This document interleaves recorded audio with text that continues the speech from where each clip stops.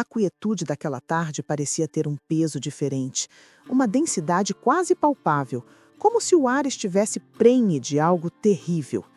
Eu jamais poderia imaginar que, em questão de minutos, a vida que eu conhecia desmoronaria ao meu redor, revelando uma paisagem árida de desilusão onde antes florescia o meu amor incondicional.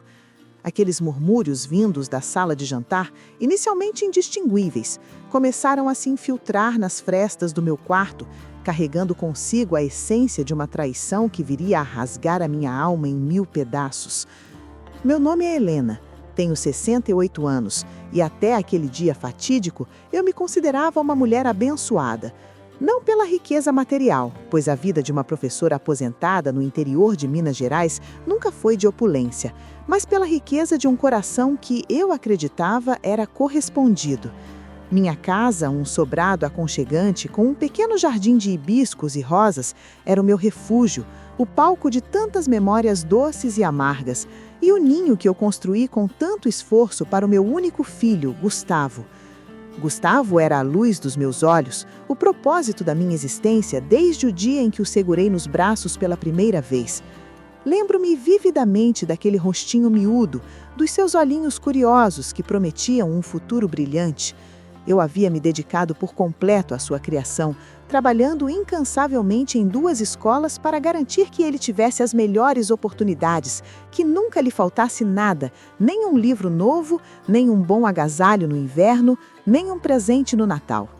Abri mão de tantos sonhos pessoais, de viagens, de um guarda-roupa mais elaborado, tudo para que ele pudesse trilhar o caminho que desejasse. E ele trilhou. Formou-se em administração, casou-se com Amanda, uma moça bonita e de família tradicional, e construiu uma vida que, à distância, parecia-me próspera na capital. Nos últimos tempos, no entanto, a vitalidade que sempre me acompanhou começou a esvair-se. Uma fadiga persistente se instalou em meus ossos, acompanhada de dores que pareciam corroer minhas articulações. As noites, antes um bálsamo reparador, transformaram-se em um tormento de insônia e pensamentos ansiosos.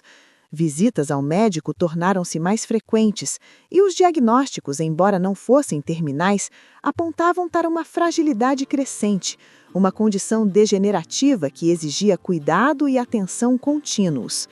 A palavra câncer nunca foi proferida, mas a sombra da finitude começou a pairar sobre mim, silenciosa e implacável.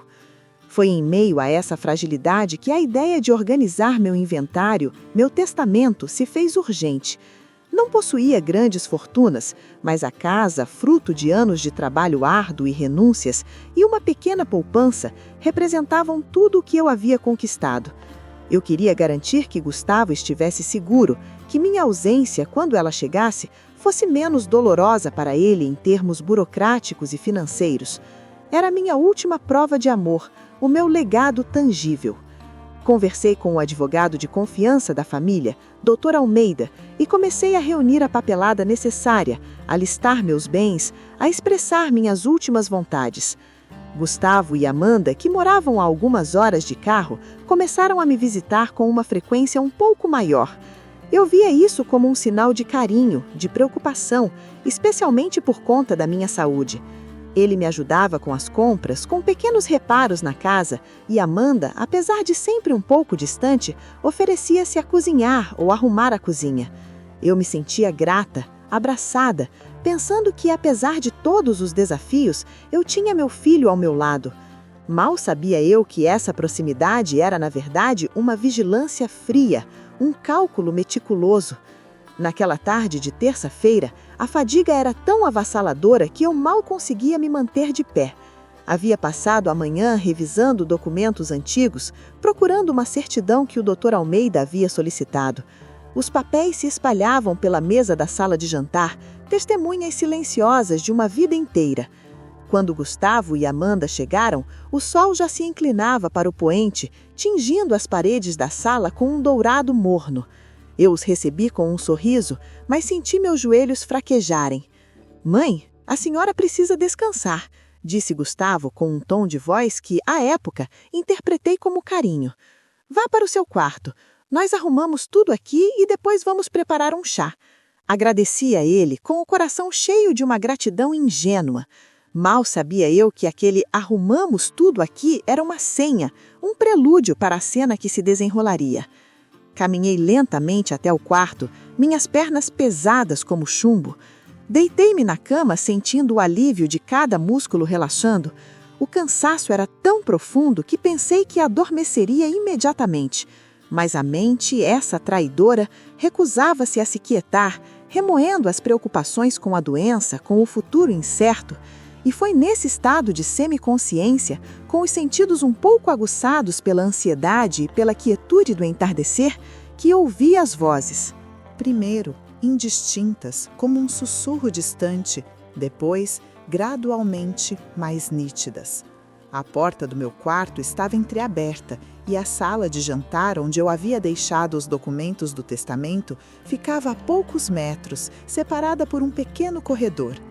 A acústica da casa, velha e com paredes finas, sempre foi um ponto fraco, permitindo que sons se propagassem com facilidade. Você tem certeza que ela não vai desconfiar, Gustavo? A voz de Amanda perfurou o silêncio, mais aguda e impaciente do que eu estava acostumada a ouvir. Meu coração deu um salto. Desconfiar de quê? Uma pontada de desconforto me atingiu, mas eu tentei rechaçá-la. Devia ser coisa da minha cabeça, fruto da minha mente cansada e doente. Claro que não, Amanda, respondeu Gustavo, e sua voz, que eu sempre associei à ternura e ao cuidado, parecia agora fria, calculista. Ela está tão fraca, tão aérea ultimamente. Mal sabe o que está fazendo. Aérea? Fraca? As palavras soaram como tapas na minha face. Eu podia estar doente, mas minha mente estava mais afiada do que nunca. Sentei-me na cama, o corpo subitamente alerta, a fadiga evaporando diante daquela estranha sensação de que algo estava terrivelmente errado. Uma premonição gélida começou a se formar no meu peito. Mas esse advogado dela é um chato, continuou Amanda, o tom irritado. Perguntou de tudo, de cada centavo. Tive que inventar que estávamos muito ocupados para vir mais cedo. Um calafrio percorreu a minha espinha. Eles haviam falado com o Dr. Almeida? Por quê? E por que Amanda estava tão irritada com as perguntas sobre cada centavo? As peças do quebra-cabeça, invisíveis até então, começavam a flutuar na névoa da minha confusão. Não importa, retrucou Gustavo, com uma impaciência velada. O que importa é que o testamento está pronto e logo teremos tudo em nossas mãos. Essa casa é um trâmite, mas a poupança... a poupança vai nos ajudar muito a quitar as dívidas do apartamento e fazer aquela reforma que tanto sonhamos. Minhas mãos tremeram. A poupança? A casa? Meus bens? Meu sangue gelou nas veias. Eles estavam falando sobre o meu dinheiro, sobre a minha casa, como se já fossem deles. Uma dor aguda se instalou no meu peito. Não uma dor física da doença, mas uma dor da alma, da incompreensão, da crescente certeza de que algo perverso estava acontecendo. E essa história de que ela quer doar parte para a igreja? Perguntou Amanda, o desdém evidente em sua voz. Está gagá de vez. A gente precisa dar um jeito de convencer o advogado a desconsiderar isso. Nosso dinheiro não pode ir para a caridade, Gustavo. Gagá? Meu dinheiro? Doar para a igreja era um desejo antigo meu, uma forma de retribuir as bênçãos que recebi e ajudar a comunidade local. Era uma das minhas últimas vontades, expressas com clareza ao Dr. Almeida. Ouvir isso ser desconsiderado, tratado com tamanho desprezo, foi um golpe duro. Gustavo soltou uma risada baixa, uma risada que eu nunca tinha ouvido antes, desprovida de qualquer calor, fria e calculista. Não se preocupe, amor. O Dr. Almeida é meu amigo de infância, lembra? Ele vai entender. Afinal, é para o filho dela que estamos falando. E, bem, a gente não vai ter que esperar muito, não é? Houve uma pausa, um silêncio pesado que parecia esticar-se por uma eternidade. Eu prendi a respiração, meu coração batendo tão forte que pensei que explodiria. Eu não queria ouvir o que viria a seguir, mas não conseguia me mover. Não conseguia tapar os ouvidos. Meu corpo estava paralisado, como se estivesse sobre um feitiço de horror. E então, as palavras. As palavras que quebraram algo dentro de mim, que pulverizaram cada grama de fé, de amor, de esperança que eu ainda nutria. Ela não passa deste mês, disse Gustavo, com uma voz desprovida de emoção, como se estivesse comentando o clima ou o noticiário. O médico já me deu a letra. É só questão de tempo. E quanto antes a gente tiver tudo nas mãos, melhor, certo? Menos complicações, menos chances de ela mudar de ideia. Menos chances de eu mudar de ideia? Mudar de ideia de quê? De deixar tudo para ele? Ele não estava preocupado com a minha saúde, com o meu bem-estar. Estava preocupado com a minha morte, com a partilha dos meus bens, com a possibilidade de eu, em um lapso de lucidez, decidir de outra forma. A ideia me atingiu com a força de um maremoto. Ele queria que eu morresse. Ele estava contando os dias. Ele estava planejando a minha morte.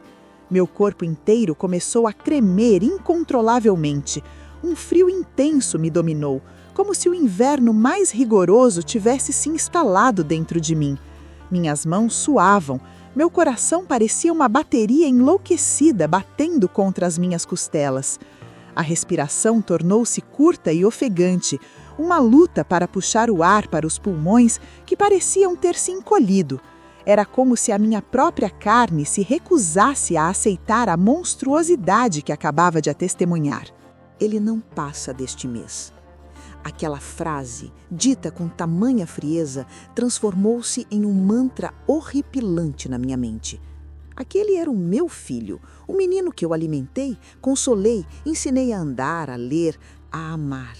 O homem por quem eu havia me sacrificado sem questionar.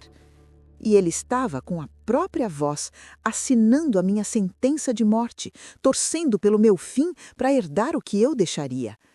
A traição não era apenas um ferimento, era uma amputação. Memórias passadas começaram a jorrar na minha mente, como um filme perturbador em câmera rápida.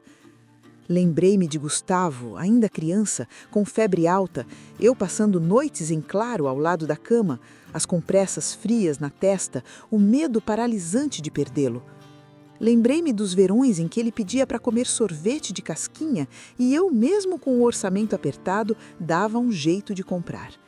Lembrei-me da primeira vez que ele me disse "Eu te amo", com aqueles olhos brilhantes e sinceros. Onde estava aquele menino? Onde estava aquele amor? As palavras de Amanda também me machucaram profundamente. Está gagá de vez. O desrespeito, a impaciência, a ganância explícita em cada sílaba. Eu sempre tentei ser uma boa sogra, acolhedora, sem interferir na vida deles. Ofereci meu carinho, meu apoio, e ela, em resposta, me via como um estorvo, uma senhora senil que se interpunha entre ela e uma suposta fortuna. Uma força estranha, quase sobrenatural, brotou de algum lugar profundo dentro de mim. Não era a força física que eu havia perdido, mas uma força de revolta, de indignação, de uma dignidade ferida que se recusava a ser pisoteada. Eu me levantei da cama, minhas pernas ainda tremendo, mas agora impulsionadas por uma fúria silenciosa. Cada passo era pesado, cada batida do coração um tambor de guerra. Eu precisava agir, precisava confrontar, precisava, acima de tudo, me proteger daquele mal que eu havia cegamente nutrido em meu próprio lar. Caminhei lentamente pelo corredor, meus olhos fixos na mesa da sala de jantar. Ali estavam os documentos, os papéis que representavam o meu legado, a minha vida, a minha última expressão de amor. Lágrimas quentes e amargas começaram a rolar pelo meu rosto, mas não eram lágrimas de tristeza ou desespero, eram lágrimas de pura raiva, de decepção, de uma dor lancinante que rasgava meu peito. Eles ainda estavam lá, Na sala de jantar, as vozes mais baixas agora, provavelmente planejando os detalhes da minha partida e da divisão dos bens. Parei na soleira da porta, minha figura emoldurada pela luz fraca do entardecer. Eles não me viram imediatamente. Gustavo estava curvado sobre a mesa, os dedos percorrendo os papéis do testamento com uma avidez doentia. Amanda estava ao lado dele, um sorriso presunçoso nos lábios, os olhos fixos nos mesmos documentos. "Olha só, Gustavo", Amanda sussurrou, apontando para um parágrafo. "Essa joia da sua avó, a gente pode vender para completar a viagem dos nossos sonhos, para a Europa, lembra?" Aquela joia era um colar de pérolas que havia sido da minha mãe e, antes dela, da minha avó. Um tesouro de família, carregado de memórias, de gerações de mulheres fortes. Eu pretendia deixá-lo para uma neta, caso tivesse uma, ou para alguma sobrinha querida. E eles estavam planejando vendê-lo, transformar em dinheiro para uma viagem de luxo. A raiva borbulhou em minhas veias, fervendo até a superfície. Tomei uma respiração profunda, sentindo o ar pesado e denso em meus pulmões. Meus lábios tremiam, mas minha voz, quando finalmente saiu, foi surpreendentemente firme, gélida como o aço. "Então, é assim que as coisas são, não é?" As palavras, simples e diretas, cortaram o ar como uma navalha. Gustavo e Amanda saltaram, assustados, as cabeças virando em minha direção em uníssono. O sorriso nos lábios de Amanda congelou. Os olhos de Gustavo se arregalaram, a cor fugindo de seu rosto, deixando-o pálido e chocado. A surpresa e o pânico se instalaram em seus rostos, uma mistura de culpa e vergonha. "Mãe!" Gustavo conseguiu balbuciar, sua voz falhando, tentando recuperar a compostura. O que a senhora está fazendo aqui? Não devia estar descansando?" Ignorei a sua pergunta, os seus olhos culpados. Meus próprios olhos estavam fixos nos documentos sobre a mesa. A pilha de papéis que eu havia reunido com tanto carinho, pensando no seu futuro, na sua segurança. A pilha de papéis que representava a minha fé na nossa relação. Eu ouvi cada palavra, cada sílaba da sua conversa, do seu plano. Ela não passa deste mês, não é? O Dr. Almeida é seu amigo de infância que vai entender que a vontade da Gagá não importa. Amanda tentou se aproximar, as mãos estendidas em um gesto que parecia implorar por perdão, mas para mim era apenas mais uma faceta de sua falsidade. "Dona Helena, não é nada disso que a senhora está pensando. É um engano. Nós só estávamos..." "Não ouse me tocar." Bradei, dando um passo para trás, a repulsa evidente em meu rosto. "Não tente me enganar de novo. Não depois de tudo que eu ouvi. Vocês estão planejando a minha morte para herdar o que me resta. Estão celebrando a minha fragilidade, contando os dias para que eu vá embora e vocês possam gastar o que conquistei com tanto sacrifício." Gustavo finalmente encontrou a voz. Sua expressão uma mistura de desespero e raiva contida, como se eu estivesse sendo a irracional. "Mãe, a senhora está delirando. Nós estamos preocupados com a senhora. Só estávamos conversando sobre como seria difícil para nós caso algo acontecesse. É normal pensar no futuro." "Normal? Normal planejar a morte da própria mãe? Normal desconsiderar suas vontades, ridicularizar seus desejos?" Meus olhos se fixaram nos dele, sem desviar, buscando ali um resquício do filho que eu conhecia, mas encontrando apenas um estranho. "Normal?" eu repeti, a ironia escorrendo em minha voz. "É normal desejar a morte da mãe para se apropriar de seus bens? É normal que uma neta que nunca existirá para mim tenha sua herança de família vendida para financiar uma viagem de luxo?" Apontei para os documentos na mesa. Meu olhar se deteve no papel timbrado do escritório do Dr. Almeida, no meu nome datilografado com esmero, nas cláusulas que eu havia discutido com tanto cuidado. Naquele momento, aquele papel não era mais um símbolo de segurança e legado. Era um testemunho da minha cegueira, da minha vulnerabilidade, da minha tola confiança. Era a prova tangível de que eu estava sendo explorada. Minhas mãos estenderam-se, não para pegar os papéis com delicadeza, mas para agarrá-los com uma fúria selvagem. O testamento, os extratos bancários, a descrição da propriedade, tudo o que representava o meu esforço de uma vida inteira. Eu os peguei, um após o outro, sentindo a textura fria do papel sob meus dedos trêmulos. Gustavo deu um passo à frente, alarmado. Mãe, o que a senhora vai fazer? Não faça nenhuma besteira! Besteira! Eu gritei, finalmente liberando a dor e a raiva que me sufocavam. A besteira foi minha. A besteira foi ter acreditado que o meu filho me amava de verdade. A besteira foi ter sacrificado tudo para um homem que me vê como um estorvo, como uma contagem regressiva para a sua fortuna. E então, com uma força que eu não sabia que ainda possuía, comecei a rasgar. Rasguei o testamento em pedaços pequenos, um por um, sentindo o som do papel se dilacerando ecoar na sala, como um grito de libertação. Rasguei os extratos bancários, os documentos da casa. Cada rasgo era um ato de autoafirmação, um grito de que eu ainda estava viva, que eu ainda era dona do meu destino, dos meus bens, da minha vida. Eu rasguei o futuro que eles haviam planejado para mim e para si mesmos, com tanta crueldade. Os pedaços de papel caíram no chão, como neve em um inverno rigoroso, espalhando-se aos meus pés. Gustavo e Amanda assistiram, petrificados, a cena se desenrolando.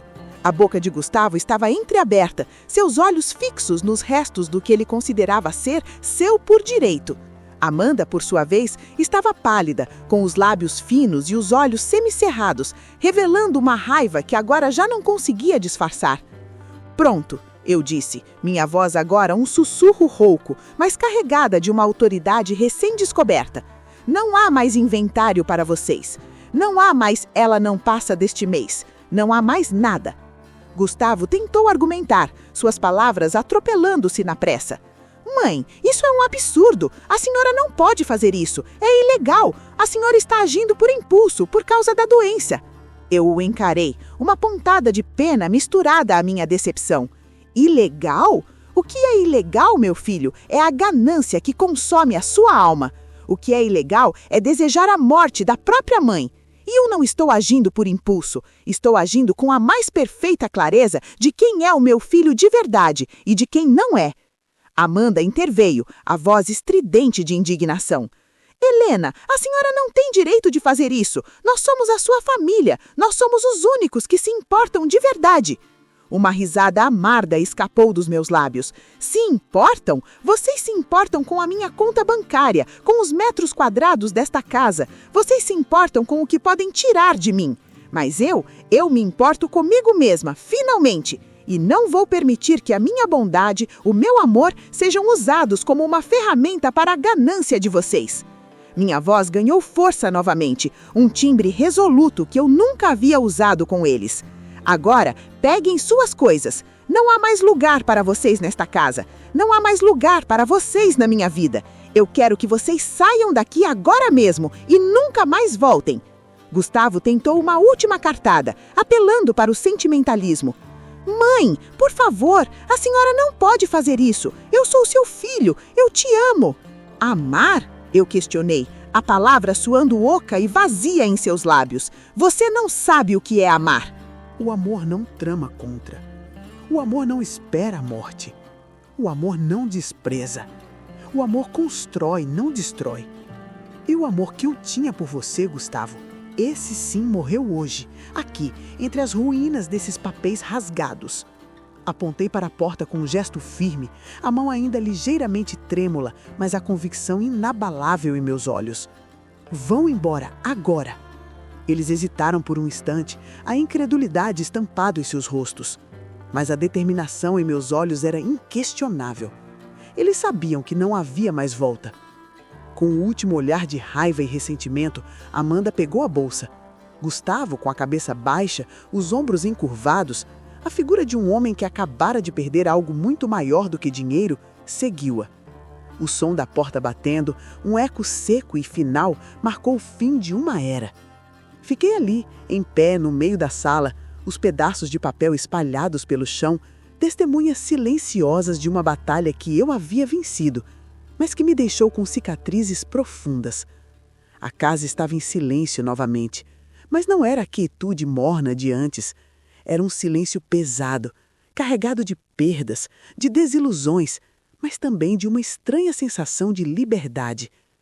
Nos dias que se seguiram, a casa parecia maior, mais vazia, mas também mais leve.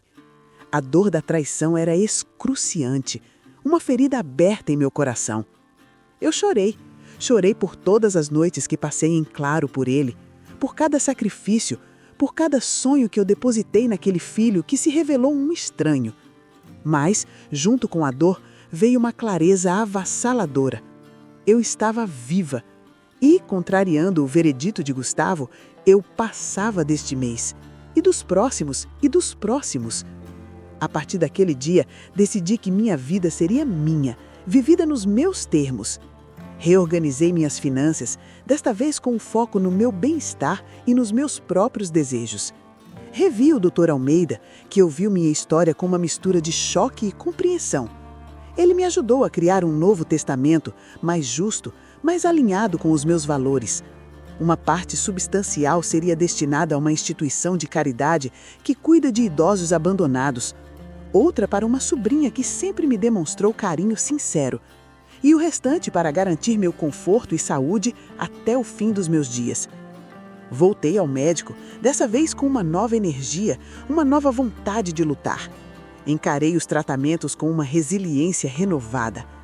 A doença ainda estava lá, mas a minha mente estava mais forte, meu espírito mais livre.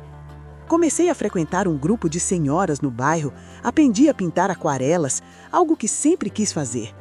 Redescobri o prazer de pequenas coisas, como um café fresco na varanda, o cheiro da terra molhada depois da chuva, o riso genuíno de velhas amigas. Acreditem, a vida pode nos surpreender com a crueldade de quem menos esperamos, mas também com a força que reside em nós mesmos. A traição de Gustavo foi a faca que me abriu os olhos, que me arrancou da cegueira de um amor maternal que se recusava a ver a verdade. Foi doloroso, sim, a mais profunda dor que já senti, mas foi também o meu despertar. Não sei se Gustavo se arrependeu. Nunca mais o vi ou tive notícias dele. E, para ser sincera, não me importo. Minha paz, minha dignidade valem muito mais do que qualquer fortuna ou um amor forçado. Aprendi que, no fim das contas, o maior inventário que temos é a nossa própria vida. E somos nós que decidimos como ela será vivida e quem merece fazer parte dela. Se você está passando por algo parecido, se sente que sua bondade está sendo explorada ou sua dignidade ameaçada, lembre-se da minha história. Lembre-se que você tem voz, tem força. Não permita que ninguém defina o seu valor ou o seu destino. A vida é sua. Viva-a com plenitude, com verdade e cerque-se de pessoas que realmente a amam e a respeitam. E se esta história te tocou de alguma forma, deixe um like e compartilhe com alguém que precise ouvir essa mensagem. Inscreva-se no canal para mais histórias que transformam. Obrigada por me ouvir.